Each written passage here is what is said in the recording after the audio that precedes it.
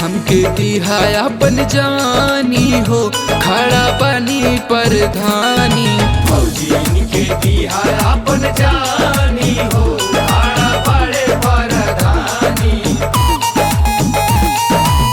दूर कैद हब परेशानी हो, खड़ा बनी परधानी। दूर कैद हब परेशानी हो, खड़ा बनी परधानी।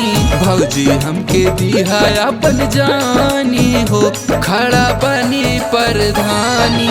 फौजी इनके दिहा अपन जानी हो, खड़ा बड़े परधानी। 5 साल काट लिहला जानी हो, मत लड़ा परधानी। 5 साल काट लिहला जानी हो, मत लड़ा परधानी।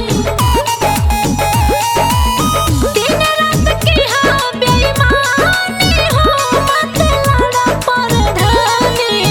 दिन रात की हा बेईमानी हो, मत लड़ा परधानी। 5 साल काट लिहला जानी हो, मत लड़ा परधानी। 5 साल काट लिहला जानी हो, मत लड़ा परधानी।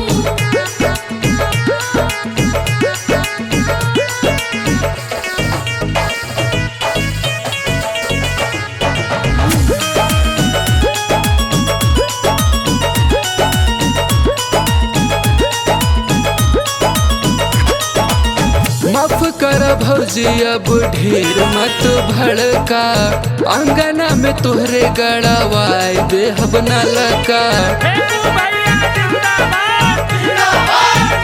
हाँ माफ कर भौजी अब ढेर मत भड़का, अंगना में तोहरे गड़ावाई बेहब न लका।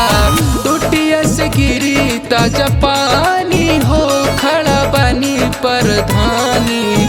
टोटिया से गिरी ताजा पानी हो, खड़ा बनी परधानी। भौजी हमके दिहा अपन जानी हो, खड़ा बनी परधानी। फौजी इनके दिहा अपन जानी हो,